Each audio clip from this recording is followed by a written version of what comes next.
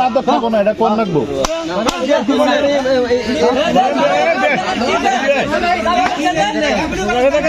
সাক্ষাৎকার নেই।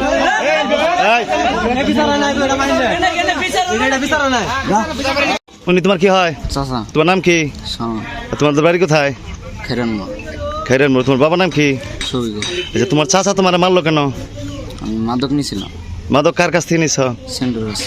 সেন্টুর বাড়ি কোথায়? সেন্টুর বাড়ি বেলতুলি। বেলতলি। কি কি মাদক নিছ? ইয়াবা। আর কয় পিস নিছ? 3 পিস। কতদিন ধরে তুমি খাও মাদক? আমি নাম দিয়ে নতুন 2-3 মাস। 2-3 মাস। সেন্টুর কাছ থেকে নেওয়া কতদিন ধরে? এই নিয়ে মনে হয় 2-3 বার হইল। 2-3 বার হইলো। তোমার সাথে আর কে কে আছে? আমার সাথে আরেকজন আছিল, ওর পাঠাই দিয়েছি। নাম কি? রাজীব। রাজীবের বাড়ি কোথায়? এই আপনার বিনাগিরে। বিনাকিরা। রাজীবের বাবার নাম কি? শহীদুল। এখন এই যে তোমার যে জনতা ধৈর্যা, জনতার হাতে তুমি আটক হইছ মাদকে মানে ক্রয় করার সময়, তুমি কি জনতার যে তোমার বিচার করলো তোমার চাচা, তুমি কি আবার তোমার জীবনে কখনো আর মাদক খাবা? যদি তুমি পুনরায় যদি এই মাদকের দায়ে তোমাকে যদি কোথাও পাওয়া যায়, বেলতলি সহ আশেপাশে অত্র অঞ্চলে যদি তুমি মাদকের দায়ে ধরা পড়ো, তাহলে তোমার কি বিচার হবে তুমি বলো? আমার তখন জেলে দিয়ে দেবেন। আপনি যেমন চাই তাই করেন। ফাঁসি ডাইরেক্ট ফাঁসি। আবার যদি কোনো মাদক ধরা পড়ে ফাঁসি দেওয়া হবে। হাতের কবজি কেটে দিলে। ও আপনি কি হয়? বাস্তা। জি। আপনি যারা মারলেন কি জন্য মারলেন? ও তো মাদকের কারণেই মারলাম। আচ্ছা, মাদক যে খায় আপনারা জানেন না? না, জানি না। আসলে আমরা জীবনে কইতে পারি না, আমরা বুঝিও না জীবনে মাদক করে কারকে আমরা কইতে পারি না। বিড়ি চিনি না বাজান। বিড়ি কি জিনিস এটা কহাম না, জানি না।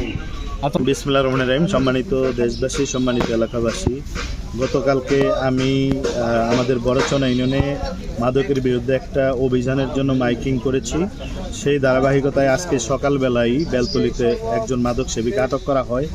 আটক করার পরে তার গার্জিয়ান এসে তার জনসমক্ষে বিচার করে এখানে সে কথা দিয়েছে আর জীবনে কখনো মাদক সেবন করবেন না, এবং যারা মাদক সেবন করে তাদেরকে সে আমাদের সহযোগিতা করে ধরাই দিবে।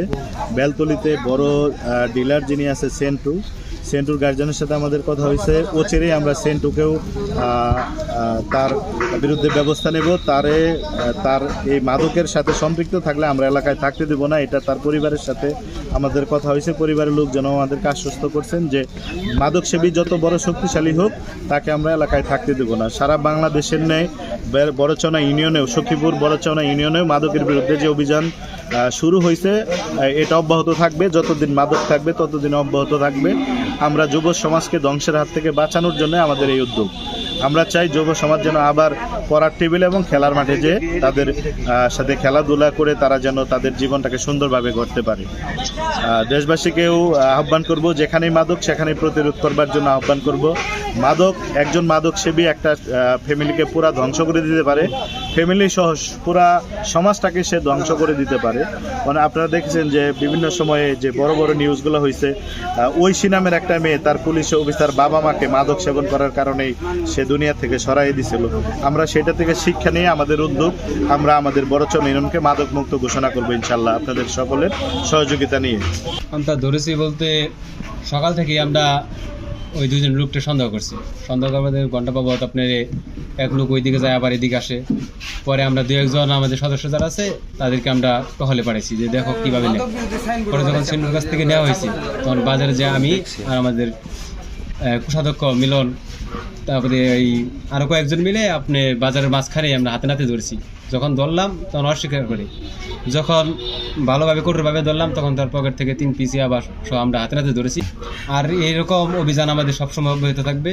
সংগঠনের মূল উদ্দেশ্য আমরা সমাজসেবা করব, তারপরে মাদক একদম জিরো লেভেলে আনা করব, তারপরে এলাকার উন্নয়ন করব, গরিব মানুষের সহযোগিতা করব, এই আশায় আমাদের আমরা উদ্যোগ নিতেছি। আমরা একটা অপেক্ষায় আছি যে শুধু হাতে নাতে ধরা, একদম পাইলে তারপরে তাহলে হাতে নাতে পাওয়া যায়।